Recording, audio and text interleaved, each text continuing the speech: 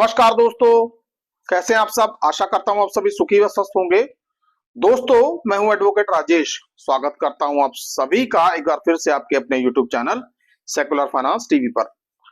दोस्तों, आज की हमारी चर्चा का विषय ये रहेगा कि आपके अकाउंट का बैलेंस दिन पर दिन नेगेटिव में क्यों जा रहा है। दोस्तों,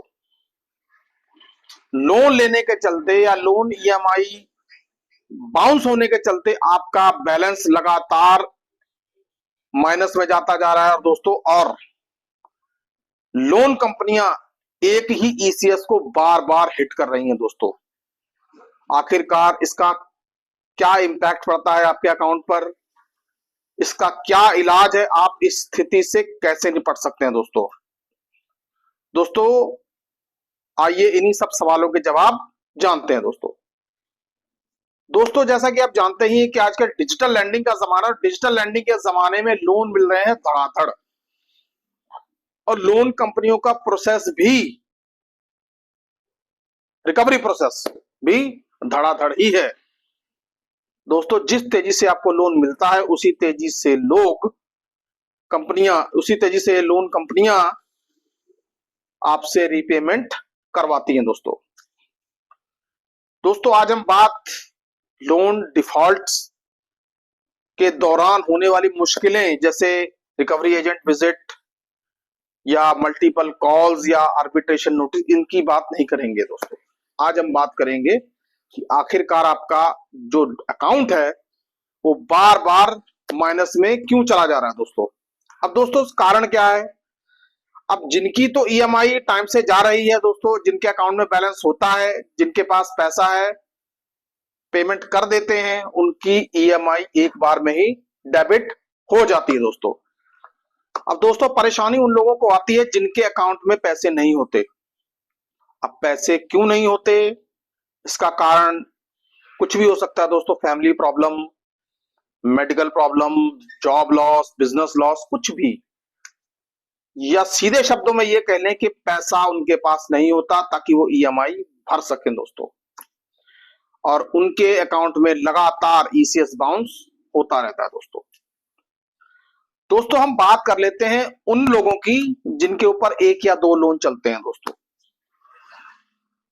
अब दोस्तों होता क्या है कि ज्यादातर कंपनियां आजकल करती क्या हैं, ऑनलाइन डिजिटल लेंडिंग कर रही हैं और डिजिटल एग्रीमेंट साइन हो रहे हैं, और डिजिटल एग्रीमेंट के साथ साथ ईसीएस का मैंडेट भी डिजिटल ही साइन हो रहा है। दोस्तों अप्रूव हो रहा है।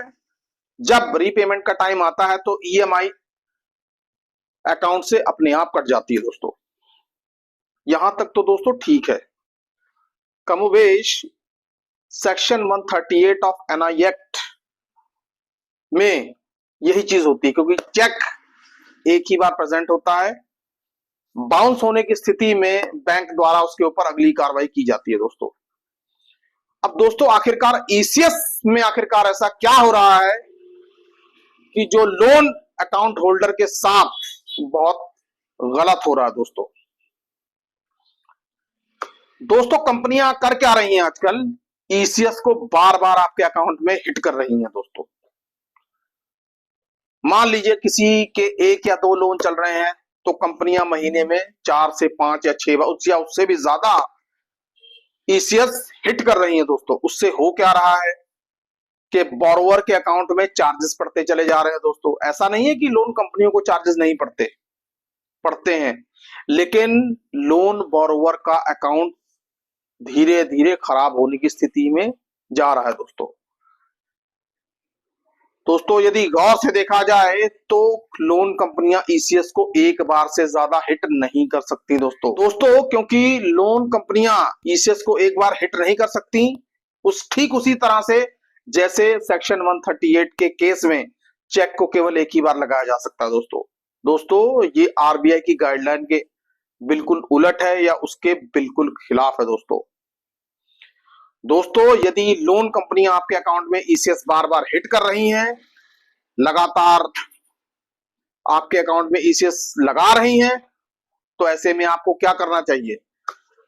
सबसे पहले तो आप अपने लेवल पे एक कंपनी को मेल लिख कर डाल सकते हैं कि जो आप ईसीएस बार बार हिट कर रहे हैं, लगा रहे हैं, ये बिल्कुल गलत है, आरबीआई के रूल के बिल्कुल खिलाफ है दोस्तों।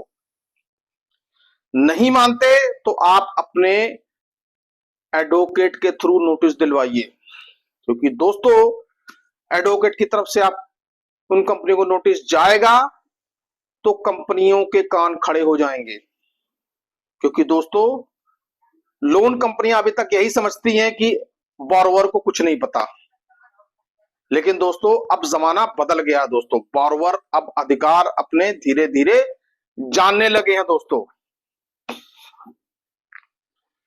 दोस्तों ईसीएस लगातार हिट हो रहा है, आप उसके लिए अपने एडवोकेट से नोटिस भिजवाएं। यदि आपके पास कोई महंगा लॉयर नहीं है तो इस प्रकार के नोटिस भी हम आपके लिए भेज सकते हैं दोस्तों, बहुत ही कम चार्जेस में। लेकिन दोस्तों आप अपने अकाउंट्स की सेफ्टी के लिए उसमें ज्यादा चार्जेस ना लगे, मल्टीपल ईसीएस हिट ना हो, उसके लिए आपको ये स्टेप उठाना होगा दोस्तों। तभी जाकर आपके अकाउंट का जो बैलेंस नील है उसमें बढ़ोतरी नहीं होगी दोस्तों। दोस्तों लोन कंपनियों के पास ईसीएस को एक बार से ज्यादा हिट करने की अथॉरिटी है ही नहीं। आप उनसे पूछिए नोटिस करके कि भाई आप हमें एग्रीमेंट का वो क्लॉज बताइए कि आप ईसीएस को एक बार से ज्यादा कब हिट कर सकते हैं दोस्तों।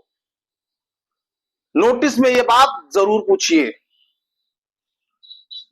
क्योंकि सिंपल यही चीज लिख के नहीं आप भेज सकते कि आप मल्टीपल ईसीएस क्यों हिट कर रहे हैं। आप उनसे एग्रीमेंट की कॉपी मांगिए, आप उनसे एग्रीमेंट का वो क्लॉज पूछिए कि भाई आप किस क्लॉज के तहत मल्टीपल ईसीएस हिट कर रहे हैं दोस्तों। दोस्तों यकीन मानिए लोन कंपनियों के पास इस बात का कोई जवाब नहीं होगा, वो जवाब नहीं दे पाएंगे।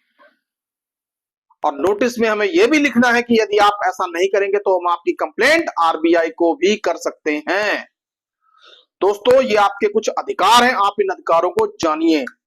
लोन लेने का मतलब ये नहीं, या लोन डिफॉल्ट होने का मतलब ये नहीं कि आप अपने अधिकारों को छोड़ देंगे।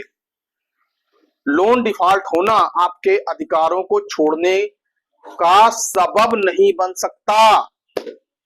अपने अधिकारों को पहचानिए और उनका खुलकर प्रयोग कीजिए, बिना डरे। ये सोचे बगैर कि लोन कंपनी क्या करेगी। अरे लोन कंपनी तो आप कुछ नहीं भी करेंगे तब भी लोन कंपनी अपने एक्शन लेगी ही लेगी, चाहे रिकवरी एजेंट भेजे चाहे मल्टीपल कॉल करे। तो अपने अधिकारों को जानिए और अपने अधिकारों का खुला प्रयोग कीजिए दोस्तों। दोस्तों आई होप आपको आपके अकाउंट में मल्टीपल ईसीएस हिट करने से संबंधित बात पसंद आई होगी या आपको ये वीडियो अच्छा लगा होगा। दोस्तों आपसे विनम्र निवेदन है कि कृपया इस वीडियो को ज्यादा से ज्यादा शेयर करें, ज्यादा से ज्यादा फैलाएं, ताकि मल्टीपल ईसीएस के शिकार हो रहे मेरे भाई मेरे बहन उनको ये पता चल सके और इसके लिए वो उचित कदम उठा सके। दोस्तों सुखी रहिए, स्वस्थ रहिए, जय हिंद, जय भारत।